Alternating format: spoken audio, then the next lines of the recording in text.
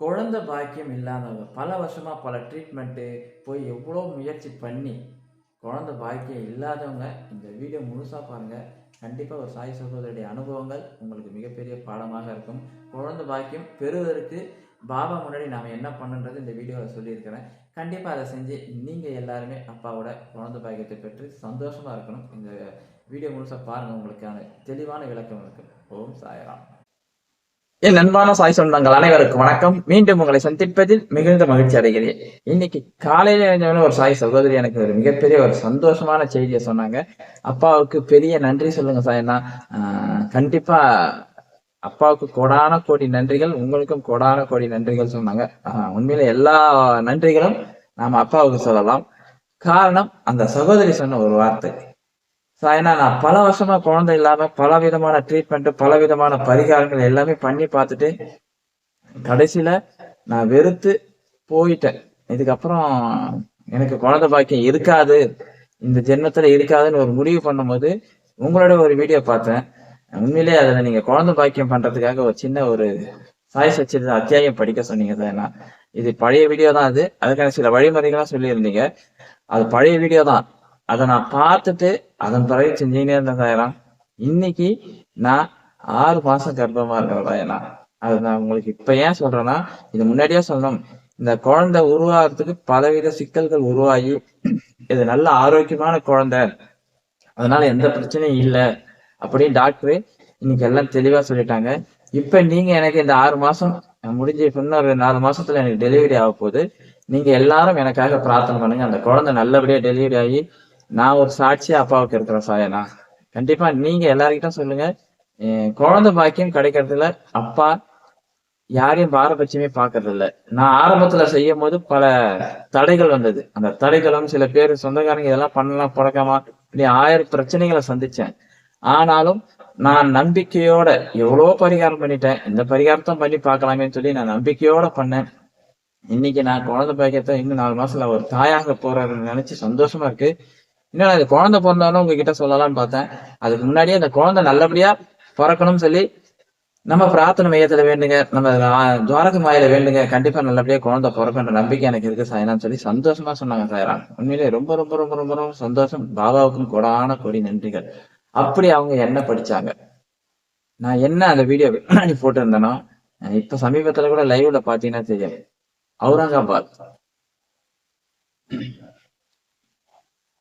அவுரங்காபாத் பக்கம் 351, அத்தியாயம் 36. இந்த அத்தியாயத்துல சேராம் அந்த அம்மா கிட்டத்தட்ட 27 ஆண்டு காலமாக சோலாப்பூரை சேர்ந்த சாகாராம் அவுரங்காபாத் என்பவரின் மனைவிக்கு 27 ஆண்டு காலமாக குழந்தை இல்லவே இல்லை. கணக்கற்ற பிரார்த்தனைகள் அவர்கள் கடவுளிடமும் அம்மனிடம் செய்து கொண்டார்கள். ஆனால் வெற்றி பெறவில்லை. பின்னர் அவர் பெருமளவு நம்பிக்கை இழந்தவளாக ஆனார். இவ்விஷயத்தில் இறுதியான முயற்சியாக தனது சகோதரியின் விஸ்வநாதனுடன் ஷீரடிக்கு வந்து பாபாவுக்கு சேவை செய்து கொண்டு 2 மாதங்கள் தங்கி இருந்தார். மசூதிக்கு அவள் சென்ற போதெல்லாம் கூட்டத்தால் மசூதி நிரம்பி இருப்பதையும் பாபா பக்தர்களால் சூழப்பட்டு கொண்டிருப்பதையும் அவள் கண்டாள். அவள் அவரை தனியாக கண்டு விழுந்து வணங்கி தனது இதயத்தை திறந்து பிள்ளை வர வேண்ட விரும்பினாள். ஆனால் உரிய சந்தர்ப்பம் கிடைக்கவே இல்லை. முடிவாக அவள் பாபாவிடம் தனியாக இருக்கும்போது தனக்காக பேசும்படி ஷாமாவிடம் கேட்டுக்கொண்டார். ஷாமாவும் அவளிடம் பாபாவின் தர்பார் எப்போதும் வெளிப்படையானது என்றும், எனினும் அவளுக்காக தான் முயற்சி செய்வதாகவும் கடவுள் அவரை ஆசீர்வதிக்க வேண்டும் என்றும் கூறினார். தேங்காயுடன் ஊதுபத்தியுடன் முன்னிருக்கும் திறந்த வெளியில் பாபாவின் உணவு நேரத்தில் தயாராக இருக்கும்படி அவர் அவளுக்கு ஜாடை காண்பித்ததும் வர வேண்டும் என்றும் கூறினார். ஒரு நாள் உணவுக்கு பின் பாபாவின் ஈரக்கையை ஷாமா துண்டால் துடைத்து விட்டு கொண்டிருந்த போது பாபா அவரது கன்னத்தை கிள்ளி விட்டார். ஷாமா பொய் கோபத்துடன், தேவா, இந்த மாதிரி என்னை கிள்ளுவது சரியா? நீங்கள் இந்த மாதிரி கிள்ளி குறும்பு செய்யும் கடவுள் எங்களுக்கு தேவையில்லை. நாங்கள் உங்களை சார்ந்து இருப்போர் அல்லவா? இது எங்களுக்கு நெருக்கமான உறவின் பலனா? பாபா பேசுவார். ஓ ஷாமா, கடந்த 72 தலைமுறையாக நீ என்னுடன் இருக்கிறாய். இதுவரை உன்னை நான் கிள்ளியதில்லை. இப்போது நான் உன்னை தொட்டதை குற்றமாக கோபித்துக் கொள்கிறாயே. சாம பேசுவாரு. எங்களுக்கு எப்போதும் முத்தங்களையும் உண்பதற்கு இனிப்புகளையும் கொடுக்கும் ஒரு கடவுளை நாங்கள் விரும்புகிறோம். தங்களிடமிருந்து எந்த மரியாதையும் மோட்சத்தையும் புஷ்பக விமான முதலியவற்றை நாங்கள் வேண்டவில்லை. தங்கள் பாரம்பரியத்தால் எங்களது நம்பிக்கை எப்போதும் மிகவும் நன்றாக தெளிந்த விழிப்பு நிலையில் இருக்க வேண்டும். அதற்கு ஆசீர்வாதம் செய்யுங்கள். பாபா: ஆம், உண்மையில் அதற்காகவே நான் வந்திருக்கிறேன். நான் உங்களுக்கு உணவூட்டி பேணி வளர்த்து வருகிறேன். உங்கள் மீது அன்பும் பாசமும் கொண்டிருக்கிறேன். இதன் பின்னர் பாபா தமது இருக்கையில் போய் அமர்ந்து ஷாமா அப்பெண்ணிக்கு ஜாடை செய்தார். அவள் மேலே வந்து வணங்கி தேங்காய், ஊதுவத்தி முதலவை பாபாவிடம் அளித்தார். பாபா அந்த முற்றல் தேங்காயை ஆட்டினார். அதனுள் பருப்பு உருண்டு சப்தம் செய்தது. பாபா பேசார். பாபா: ஷாமா, இது உருள்கிறதே, என்ன சொல்கிறது என்று கவனி. அப்ப ஷாமா சொல்வாரு, இந்த பெண்மணி அந்த மாதிரி ஒரு குழந்தையும் தனது வயிற்றில் உருண்டு உயிர் பெற வேண்டும் என்று வேண்டுகிறாள். எனவே அந்த தேங்காயை தங்களது ஆசீர்வாதத்துடன் கொடுங்கள் என்றார். பாபா: இந்த தேங்காய் அவருக்கு முதலை அளிக்குமா? இந்த மாதிரி விஷயங்களில் எல்லாம் ஜனங்கள் எவ்வளவு முட்டாள்தனமாக போலியான நம்பிக்கையுடன் இருக்கிறார்கள். சாமா அது சொல்வாரு, தங்கள் மொழி, ஆசி இவைகளின் சக்தியை நான் அறிவேன். தங்களது சொல் அவளுக்கு குழந்தையின் தொடரை அளிக்கும். நீங்கள் விவாதித்துக் கொண்டிருக்கிறீர்களே தவிர உண்மையான ஆசையை வழங்கவில்லை. விவாதம் கொஞ்ச நேரம் நடந்து கொண்டிருந்தது. பாபா தேங்காயை உடைக்கும்படி மீண்டும் மீண்டும் ஆணையிட்டுக் கொண்டிருந்தார். ஷாமாவோ முழு தேங்காயும் அந்த பெண்மணிக்கே அளிக்கும்படி விவாதித்துக் கொண்டிருந்தார். முடிவாக பாபா சம்மதித்தார். பாபா: அவளுக்கு ஒரு குழந்தை பிறக்கும். எப்போது? 12 மாதங்களில். இதன் பேரில் தேங்காய் உடைக்கப்பட்டு ஒரு பகுதியை இருவரும் உண்டனர், மறுபகுதி அவளிடம் கொடுக்கப்பட்டது. பின்னர் ஷாமா அந்த பெண்மணியின் பக்கம் திரும்பி, அன்புள்ள அம்மையே, நீ எனது மொழிகளுக்கு ஒரு சாட்சி. 12 மாதங்களுக்குள் உனக்கு குழந்தை ஏதும் பிறவாவிட்டால் ஒரு தேங்காயை இந்த தெய்வத்தின் மீது, அதாவது சாய்பாபாவின் தலையின் மீது அடித்து அவரை இந்த மசூதியில் இருந்து விரட்டி விடுவேன். இதை நான் செய்ய தவறினால் என்னை மாதவி என்று நானே அழைத்துக் கொள்ள மாட்டேன். நான் கூறுவதை நீ விரைவில் உணர்வாய் என்று சூழலித்தார். அவள் ஓராண்டுக்குள் ஒரு புதல்வனை பெற்றெடுத்தாள். புதல்வன் 5வது மாதத்தில் அவனை மசூதியில் கொண்டு வந்து கணவன் மனைவி இருவரும் பாபாவின் முன் விழுந்து வணங்கி நன்றியுள்ள தகப்பனார் ரூபாய் 500 அன்பளிப்பாக சமர்ப்பித்தார். ஷாம் கார்னா என்ற பாபாவின் குதிரைக்கு ஒரு கொட்டகை கட்டுவதற்கு அந்த தொகை செலவிடப்பட்டது. அவுரங்காபாத் முன்னிலை சாரம் 27 ஆண்டுகளாக குழந்தை இல்லாத அந்த தம்பதி நம்மளுடைய பாபா கிட்ட போகும்போது அவ்வளவு சந்தோஷமா பாபா அந்த குழந்தை கொடுத்தார். கிட்டத்தட்ட 2 மாசமா அவங்க ஷெரடியில தங்கி இருக்கிறாங்க. தங்கி இருக்கும் போது பாபாவை நான் தனியா சந்திச்சு என்னுடைய குறைகளை சொல்லி நான் அழுவணும்னு சொல்லி முயற்சி பண்ணும்போது அதுக்கான வாய்ப்பு கிடைக்கல. பாபா கூட இருக்கிற சாமா கிட்ட சொல்லி பார்க்க, எனக்காக பேசுங்க. சரிம்மா, நான் உனக்காக பேசுறேன். ஆனா பாபாவோட திறந்துகள் எப்பயுமே எல்லாருக்கும் பொதுவானது. இருந்தாலும் நீ மன வருத்தத்தோட இருக்கிறதுனால நான் உனக்காக பேசுறேன். நீ என்ன பண்ற, ஒரு தேங்காவை ஊத வச்சு மட்டும் எடுத்துட்டு வந்து வாசல்ல நில்லு. நான் ஜாடை கட்டும்போது உள்ள வந்து ஒரு முறை அப்படி பாபா உட்கார்ந்து இருக்கும்போது சாமாவும் அவரும் பேசினே இருப்பாங்க. இவன் ஜாடை கட்டவர் உள்ள அவன் நேரம் வந்த உடனே தேங்காய் வச்சு பாபா கிட்ட கொடுப்பாங்க. பாபா வாங்கி பார்த்து தேங்காய் ஆட்டுவார். ஆட்டி பார்த்தா உள்ள அது முத்துன தேங்காய் அந்த பருப்பு ஆடும்.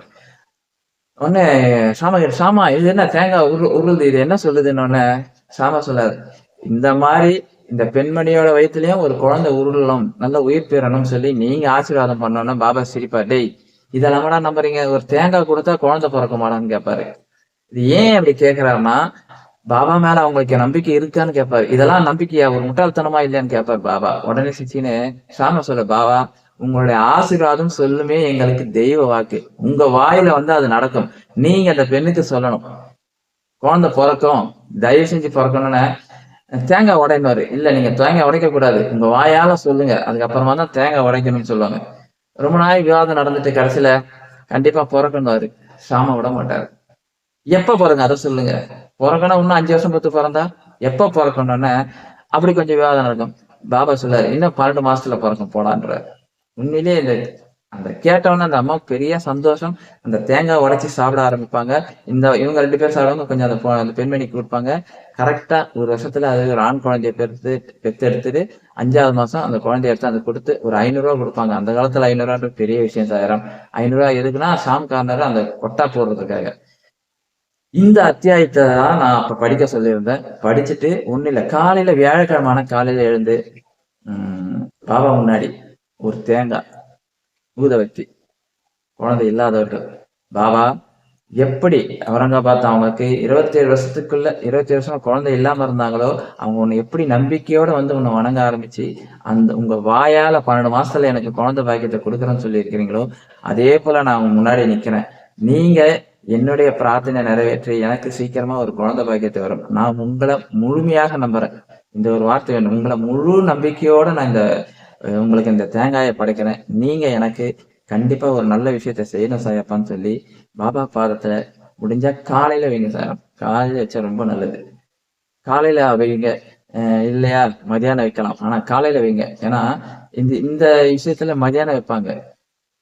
அவங்க மதியானம் வைப்பாங்க. ஆனா காலையில வைங்க. ஏன்னா பாபா காலையில சுறுசுறுப்பா இருப்பார். கேட்டத உடனே குடுத்துருவார். உங்களால காலையில வைக்க முடியலன்னா 6 மணிக்குள்ள மதியானமா வைங்க. மதியானம் 12 மணிக்கு மேல வைங்க. ஒரே ஒரு முழு தேங்காய், ஒரு 4 ஊதுவத்திய காலையில ஏத்தி அவருக்கு ஆரத்தி மாரி காமிச்சுட்டு வச்சுட்டு பாபா கிட்ட தேங்காய் வச்சுருங்க. அதுக்கப்புறமா அந்த தேங்காவ எடுத்து அடுத்த நாள் காலையில உடைங்க. உடைச்சு அதுல ஏதாவது ஒரு இனிப்பு தேங்காய் பர்ஃபி இல்ல தேங்காவை அப்படியே கூட சாப்பிடலாம், தப்பில்ல. கொஞ்சம் கொஞ்சமா சாப்பிடலாம். தேங்காய் சாப்பிட முடியுமானா கண்டிப்பா சாப்பிடலாம்.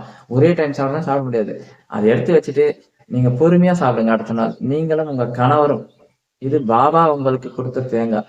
அவுரங்காபாத்துக்கு எப்படி தேங்காய் உடைச்சு கொடுத்தாரோ, அந்த தேங்காய் உடைச்சு கொடுக்கும்போது ஏற்பட்ட விஷயம் இருக்குல்ல, அதை நீங்க சமையல்ல செஞ்சு சாப்பிடலாம். தேங்காய் துருவி போட்டு சாப்பிடலாம். எப்படியோ அதை சமையலுக்கு நீங்க பயன்படுத்துங்க. இந்த தேங்காவை நீங்களும் உங்க கணவர் மட்டும் தான் சாப்பிடணும். மற்றவங்களுக்கு தரக்கூடாது. அதை நல்லா தெளிவா புரிஞ்சுங்க செய்யலாம். நீங்களும் உங்க கணவர் மட்டும் அந்த தேங்காவை முழு தேங்காவை சாப்பிட முடிஞ்சா ஒரு பாதி தேங்காவை சமையலுக்கு பயன்படுத்தலாம். பாதி தேங்காவை நீங்க யூஸ் பண்ணிக்கலாம்.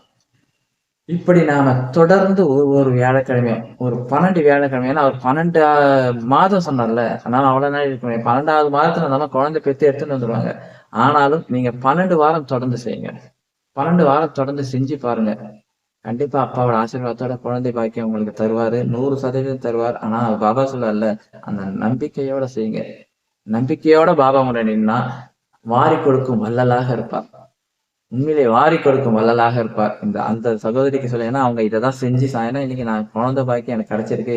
இது எல்லா சகோதரிகளும் செய்யணும். ஏன்னா அவ்வளோ பெரிய கொடுமையை நான் அனுபவிச்சேன். குழந்தை பாக்கியம் இல்லைன்னா எவ்வளவு பெரிய கொடுமையை அனுபவிப்பேன்றதை நான் நேரடியா உணர்ந்தேன்.